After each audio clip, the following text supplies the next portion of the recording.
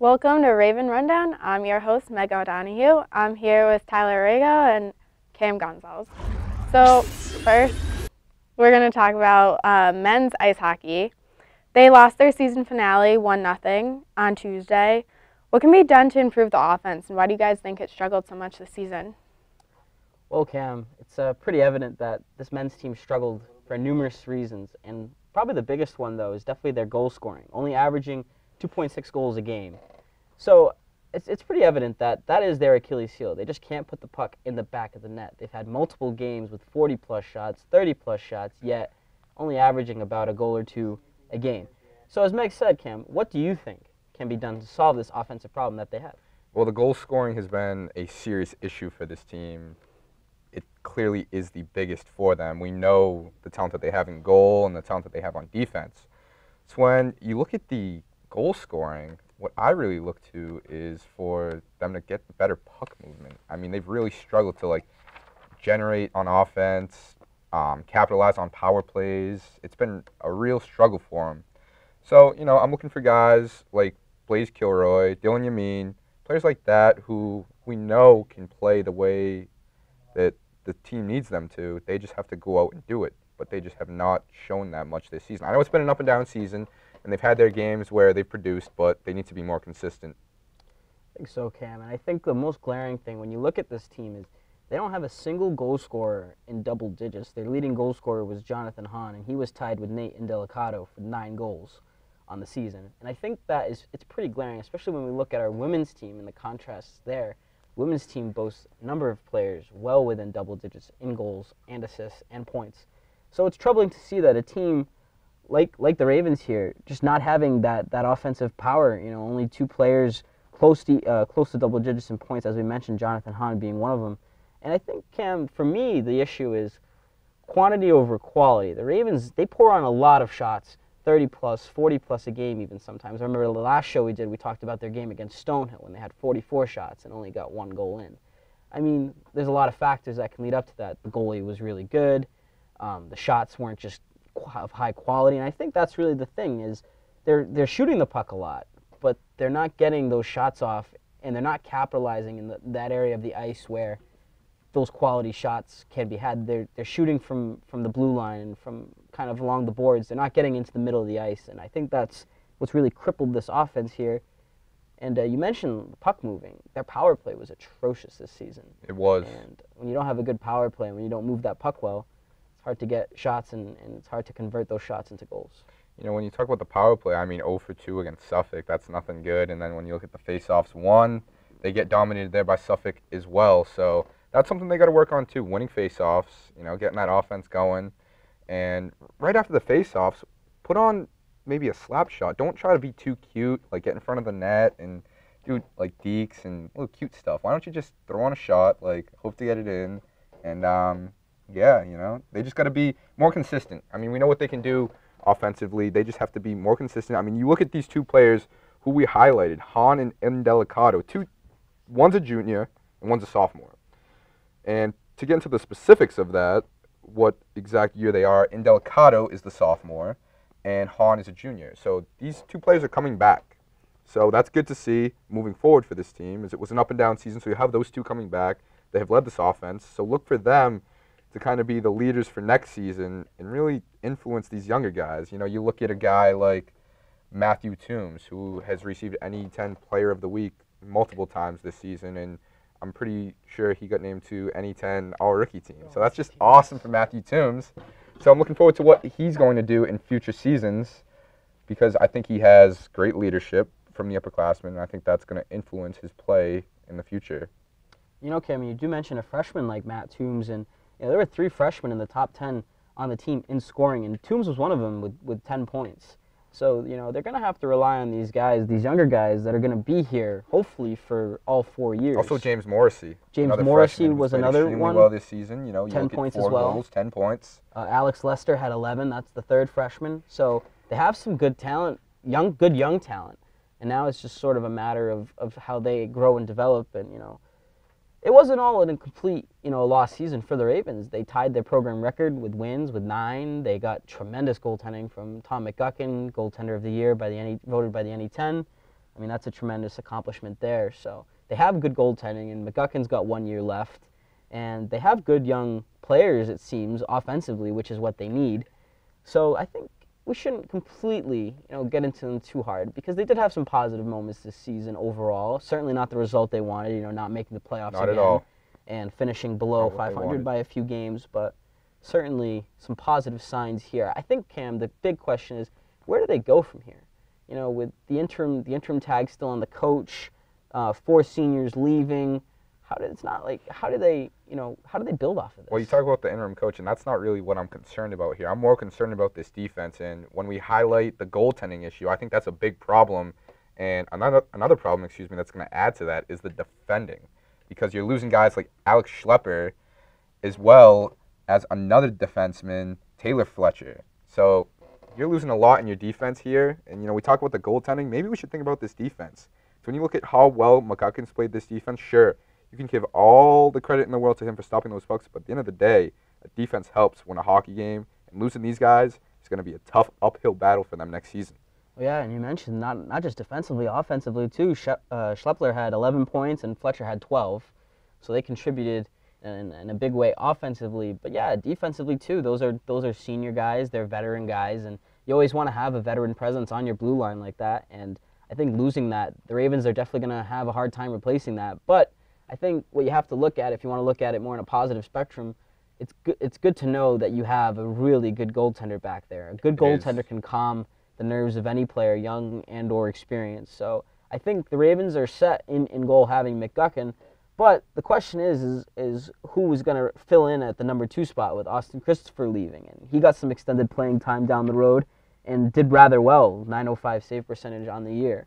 So it's going to be curious to see how they not only replace their backup goaltending, but how they fill that gap on the blue line as well, because that's going to be a pretty big gap, losing those senior guys. We mentioned Dylan Yamin earlier in the broadcast, and I'm going to bring up Jack Williams as well. These are 2 defensive sophomores for this team, and they're really going to have their work cut out for them next season after we mentioned the loss of the seniors. I mean, what can I say? These guys are really going to have to step up and fill the shoes of those guys that they're losing.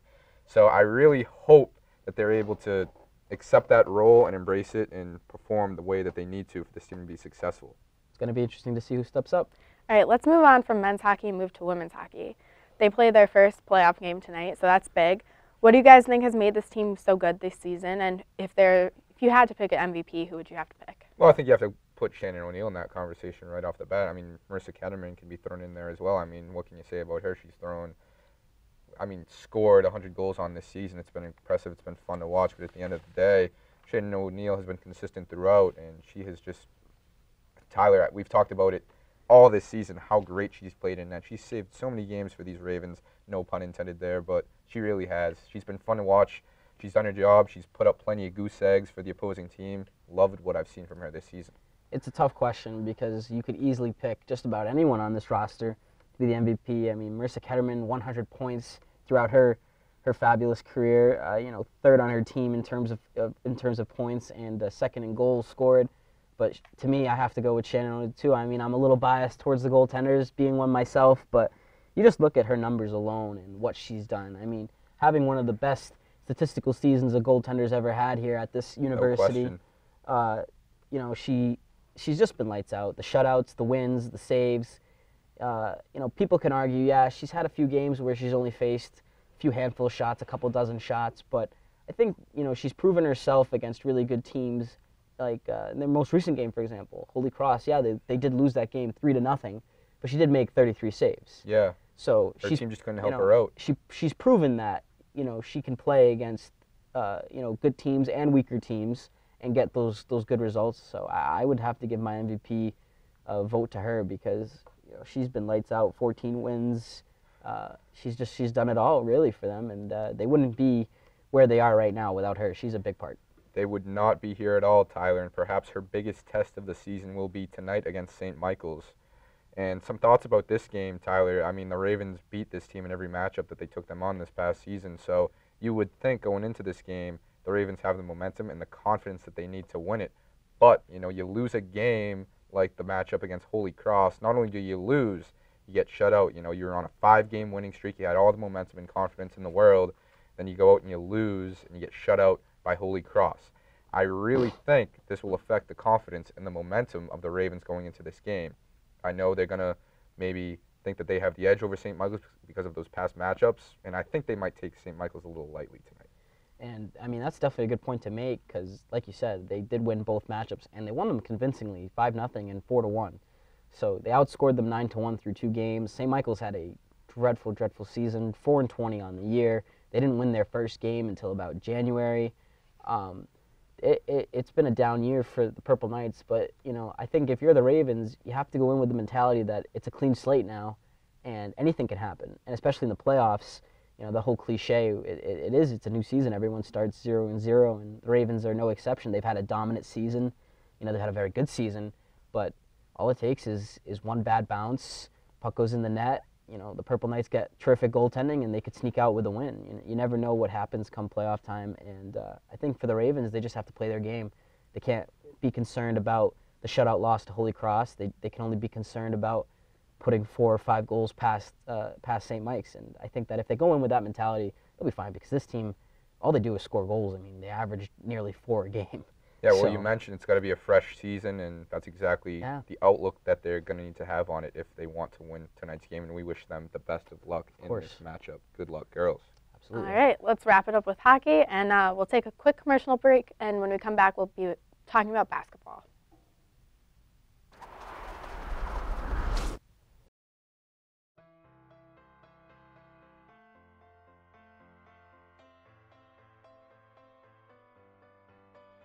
My name is Luke Brescher.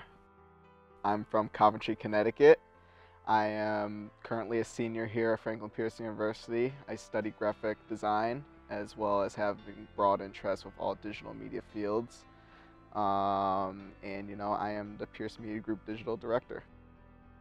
My major is marketing, and what I like to do with that is be able to be within a company eventually. But I like to take that and take my interest in graphic design and be able to have a fun mixture. You know, we specialize in all different digital media realms, from animation to graphics, photography, web design, layout. I like PMG Digital, and I think it's helped me a lot. And I liked where Franklin Pierce was. It's somewhere where I relatively could be close, and I liked what it offered me. I like being part of PMG Digital because it's a sense of a family. It really helped me in the beginning of my school year to develop confidence about myself and how I felt about going to college for the first time. It is a small school, that's why I chose this school, so it's kind of nice knowing all my professors and like having them know me. It's like good to be involved on campus, and I've come across a lot of connections already through doing all that stuff. We are basically a small village, and you know, it takes a village to build somebody up into their full potential. The sense of community around school, everyone's so friendly to each other. You don't really hear a lot of generally bad things when you come together and work as a group. You know, it's just a great feeling.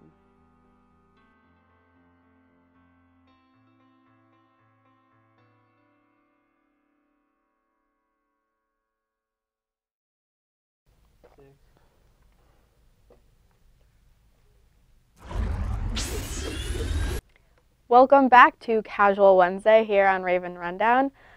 Let's start off with men's basketball. So they won their season finale against Assumption. Why should the NE10 be afraid of the Ravens coming into playoffs? The NE10 should be so afraid of the Ravens right now, Meg, and I'll tell you why. This team should be on a 6-game winning streak right now if it were not for that loss against Southern New Hampshire University, a game that they dominated throughout, and they should have won if Dante had nailed that last shot. Not his fault. They should have won regardless, but that one got away from them. No worries. They are still on fire right now, and I am so confident in what this team is going to do going into these playoffs. I mean, they stuffed that stat sheet against Southern New Hampshire University, their rival. They dominated them on rebounds. They had more assists, More points off turnovers, more second chance points, more fast break points, you name it, more bench points. This team has not just done this against Southern New Hampshire, they've done this against so many other teams, and it's been so fun to watch. And players that I've really wanted to step up and get it going, they really have. I'm talking about my man Mike McDevitt. His shooting has really turned up for this team. His mid-range jumper is deadly. You know, he's not the niftiest player in the paint, but when he has to make a move, he can, Tyler. I'm really excited for what McDevitt is going to bring to the playoff table. And also, Marvilio Baroa, you know, I talked about him on my radio broadcast. I was really impressed by the way that he got his team into the playoffs in the make-or-break game. Not just him, there are other players to compliment, but Marvilio Baroa really stepped up when he had to. Yeah, he did. You know, the senior really, you know, had a heck of a game.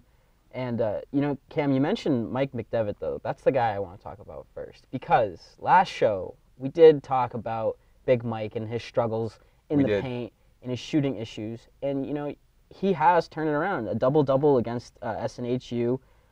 Really a key cog in the scoring and the rebounding. He's a big body, obviously. You don't call him Big Mike for nothing. And he's starting to use that big body more consistently now. Getting those rebounds, getting those sort of dirty baskets, just doing a lot of work in the point. He's hitting that jumper a lot better too, which is something that the Ravens are going to want because they're going to need guys like Mike McDevitt to step up. And, you know, you mentioned Baroa, and really I didn't expect, to be honest, was not expecting the kind of production to come out of that particular player. And, you know, a team like the Ravens who have, you know, struggled with some inconsistencies of their own throughout the season, you know, the 15-12 record, the winning streaks and the losing streaks. It's just interesting to see that he was the guy that stepped up. And it's good to see, especially from a guy who's a senior, a guy who's been around for a long time. I think a lot of his experience has to played a factor into that. And I think that's a player that the Ravens are going to need if they want to make a run, a deep run in the postseason. Of course it's what they're going to need. And these seniors, no doubt, know what's at stake. They know it's win or go home. And as we talked about with hockey, it's a fresh season now. You know, they got to start fresh, get together with that playoff mentality, and just put it all on the line. And you know what? When I look at other players to mention, Asante Sandiford, wow. We talked about McDevitt's double-double in that most recent matchup. Sandiford had one as well. And how awesome is that to see from the forward? Oh, it's huge. I mean, Asante Sandiford, he's a big part of the offense on the Ravens. You know, junior guard out of Boston, Massachusetts, and I mean, he does so much for that team in terms of shooting. Arguably, one of their more consistent shooters. I mean, shooting has been a trouble for the Ravens all season long. I mean, they started the season shooting under 50%. December, their shooting percentage jumped up to 50, back down to 40% in January, and then back up to now 51 in the month of February. So they've been a team that struggled to consistently shoot the ball well, but Asante has been that player he does it all really for them in terms of shooting, rebounding, free throws.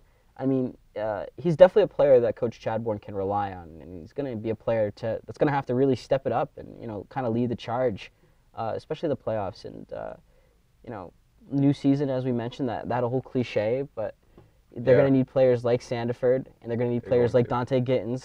Without they're going to need players like Mike McDevitt to step up, but they're also going to need some of their role players, some of their bench players to really have big games too. It's going to take a team effort here.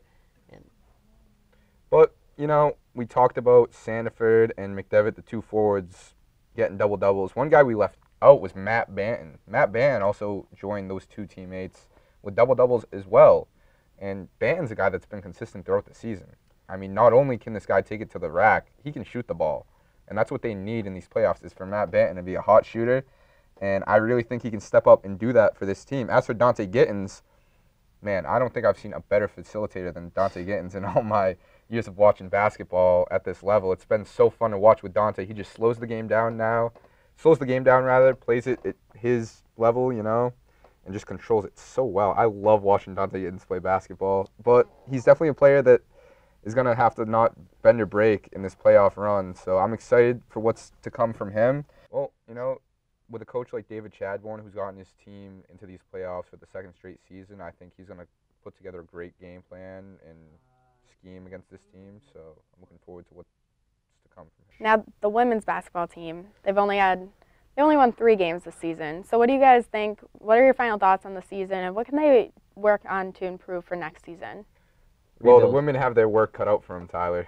It's going to be a rebuild. I think you got to get everyone on deck. You got to scrap the whole thing, and you just really got to start it from the ground up. I think that's really the way to go. You have a new coach.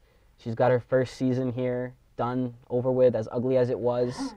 You have to take what you can out of the experience. And I think if you're Coach Guido, yeah, your season was pretty atrocious, but you gain experience through those negative experiences as a coach and a player. I think her players that are still going to be around are going to take a lot out of the season. I'm sure it left a really bad taste in their mouth, only winning 3 games all season long. I mean, just a very negative cloud over that team. And I think that, I think what Coach Guido has to do now is, going into next season, she really needs to establish her brand of basketball and, go out and get players that she wants and that she likes and that she thinks will fit into and buy into her philosophy and her style. And I think that if she can do that, she can start, building her own team, because it's always difficult for a new coach to come in. You have to figure out everything almost on the fly. And I think, with what she had and with the team and roster that she had, I think she did a really good job. And I think that, obviously if you asked her, she was far from pleased with how the season went, but I think you do have to give her a pass here as a first season head coach. And I think that you need to really let her kind of take control of this team and shape it and build it up in her own image. And I think if they do that, they can make some significant improvements, because that's what it's going to take.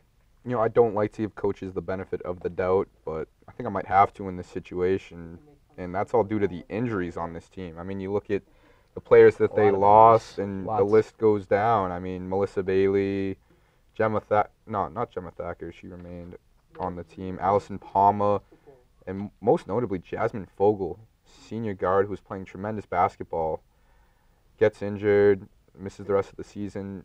They faced a lot of staggering injuries, so that's where I give Guido the benefit of the doubt. But man, this girl's got her work cut out for her for next season. She's going to do a tremendous job with recruitment, because this team is losing a lot of key players. I mentioned Fogel, you're losing Palma, Dana you're losing Campbell, DeGuire, who's your physical player down low, Campbell, who's your leader and shooter. I mean, that's going to be tough to overcome. But I think you can't look at it in that way, though, Cam. I think if you're Coach Guido and if you're any coach, any member of the coaching staff, I think you have to look at it as sort of a fresh start. You grinded, that's how you might want to look out. You grinded the season out. It was an ugly season. You take your learning experiences from it. Your seniors now leave. Your juniors now step up to become seniors. And I think now everyone sort of moves up the chains, and I think that this gives her an opportunity now to come in, bring in some good young talent, whether freshman, sophomore. Maybe she gets lucky, the benefit of a transfer coming in. You never know what could happen. But I think you're absolutely right. I think Jeanette Guido needs to take control, and she needs to build this team up. And I think that if she can do that, this Ravens team is going to go and trend in the right direction. I believe that they were going to trend when they hired her. Obviously, this season, her first season, seemed to trend in the wrong direction. But I mean, now it's over, and now it's on to her to shape this team up in a positive direction. Well, if she can be as lucky with recruitment as she was with Cameron Wilson, she's going to be in great shape, because Wilson, a freshman, what can you say about her for this team? Great shooting, great play all around. I mean, she played so hard for this team, and she really was productive. So I really liked what I saw from her. As far as the rest of the team and players who I think are going to have to fill roles, you look at players like Kelsey Mayo, a junior forward, and you look at players like, who else was I going to bring up? Gemma Thacker, who's going to have to step up as well as a junior for next season. She's a guard. So, losing players like Michaela DeGuire, and who else is a physical player on this team? Jasmine Fogel is physical as well. Those two players, they're going to be tough to lose. So you're going to have to replace that physicality, because we know how much this team struggles with shooting. Yeah. Sarah Middleton, she had an all-around solid year with shooting and her consistency, but there's always room for improvement. So for her to step up that leadership role even more. You mentioned the turnovers. It's been an issue for not just her, the whole team. It was a train wreck with turnovers. They have to work on that in the offseason and going into next season. It's a disaster. They have to fix it if they want to be successful. I agree, Cam. All right, well, that's all we have for today. Thank you for joining us on Casual Wednesday. This is Raven Rundown. See you next time.